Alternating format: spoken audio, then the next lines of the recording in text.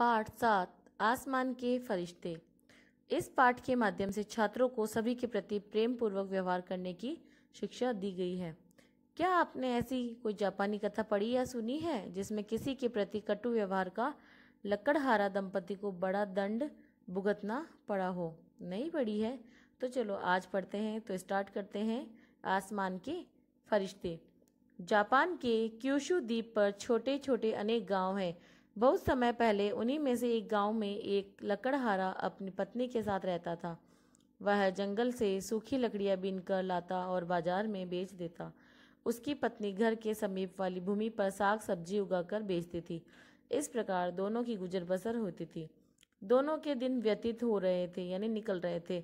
उनके तो कोई संतान भी नहीं थी। बस यही बात उन्हें कचोटती, यानी कि उसे वही बात परेशान करती रहती थी, मन पर चोट लगती रहती थी। रात को जब दोनों घर पे होते तो चांद सितारों को ताकते देखते रहते और संतान के लिए मन्नत मांगते।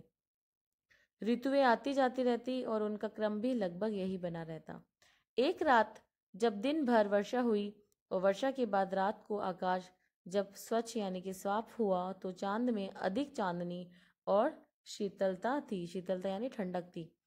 ऐसे दिव्य वातावरण में वे प्रसन्नता पूर्वक चांद को देख रहे थे। इतने में उन्होंने देखा कि आसमान से एक सितारा धरती की ओर उतर रहा था। जैसे जैसे वह निकट आ रहा था, यानी कि पास में आ रहा था, दोनों का आश्चर्य बढ़ता जा रहा था।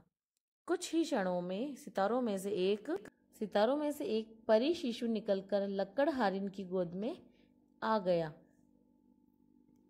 यह देखकर उनके आश्चर्य और खुशी का कोई ठिकाना नहीं रहा, परंतु उन्होंने इस घटना के विषय में किसी को भी कुछ नहीं बताया और उन्होंने उसका नाम परी रख दिया।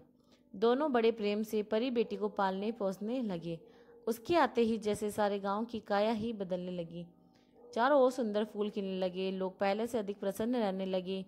पर बेटी कुछ बड़ी हुई तो वह दिन में लड़की बनी रहती और सामान्य रूप से घर का कामकाज करती, और रात को वह परी बनकर आस पास की झोपड़ियों में जाकर सबके लिए चावल दाल आदि खाद्य सामग्री रखाती। बेटी के घर में आने से लकड़हारे की किस्मत भी खुल गई थी। वह अब धनवान व्यक्ति बन गया था। अब उसका बड़ा और आलीशान घर था। समीप के गांवों तक उसका यश फैल गया था। इधर उसकी बेटी की भी चर्चा दूर दूर तक फैल गई थी। लकड़हारे के दिन उसकी बेटी के आगमन पर बदल गए थे। यह आम चर्चा समीप के गांव के साहूकार के कानों में भी पड़ी। उसने लकड़हारे को अपने साथ व्यापार का न्योता भिजवाया। लकड़हारा समझ ही नहीं कि बेटी और पत्नी को छोड़कर कैसे जाए। परी ये बात भाप गई, मतलब वो समझ गई। उसने कहा कि पिताजी आप जाइए, मैं माँ का ख्याल रखूंगी। परी बेटी की बात मानकर उसने यात्रा हेतु वस्त्र और खाने पीने का भी सामान लिया और माँ बेटी उसे विदा करने नदी के तट पर आ गई। पिता के जाने के बाद परी माता के साथ साथ गांव भर का भी ध्यान रखती। गांव में जैसे हर ऋतु में रौनक छाई रहती। न वर्षा की कमी रहती, न फूलों की, न बर्फ की। कई वर्ष इस प्रकार बीत गए। साहूकार लकड़हारे को तरह तरह के प्रलोभनों से उलझाए रहा। प्रलोभन देता उसको। प्रलोभन का अर्थ होता है लालच। वास्तव में वह चाहता था कि लकड़हारा अपनी पत्नी और बेटी परी को किसी प्रकार वहां बुला ले, जिससे उसकी भी किस्मत जाग उठे। उसने अनेक बार अपने आदमी, बेटी, परी और उसकी माता को बुलाने गांव भेजे, परंतु परी सब कुछ जान जाती और वह सांप या हाथी के रूप में जंगल में जा छिपती। एक दिन लकड़हारा बाजार से खरीदारी करने के बहाने साहूकार से कहकर बाजार में आया और परी के लिए गुड़िया और पत्नी के लिए दर्पण खरीदा। दर्पण यानी कि कांच, आईना। उसने स्वयं को भी दर्पण में देखा। पहली बार उसने स्वयं को इस प्रकार देखा था। वह बड़ा प्रसन्न हुआ और साहूकार को बिना बताए अपने गांव लौट लिया। मार्ग में उसे लाल रंग के कंबल में लिपटा हुआ एक सुंदर बच्चा दिखाई दिया। उसे भी वह उठाकर चल दिया। लंबा रास्ता तय करके जब वह घर पहुंचा तो देखा कि उसकी बेटी अब किशोरी बन चुकी थी।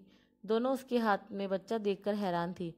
परी अपनी गुड़िया लेकर दूसरे कमरे में चली गई और सोचने लगी, ये बच्चा तो स्वर्ग का राजकुमार है, ये इतना छोटा कैसे बन गया।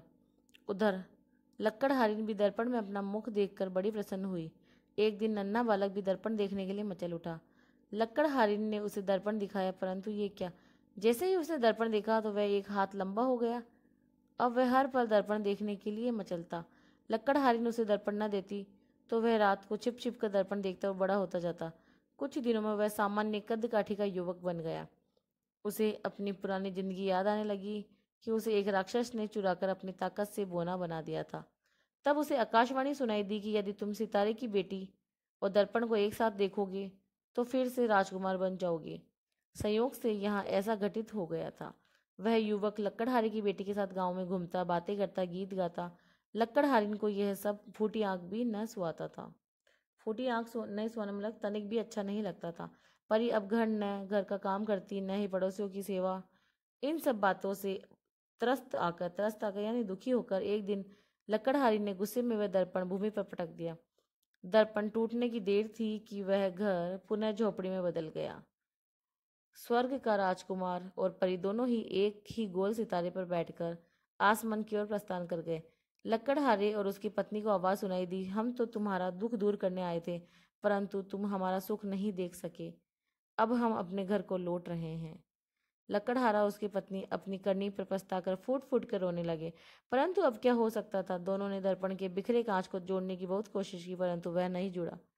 कहते हैं ना, तभी से जापान में दर्पण को बहुत संभाल कर देखा और रखा जाता है। एक ये जापानी परी कथा पर आधारित कथा है। कितनी अच्छी लगी ना बच्चों कहानी।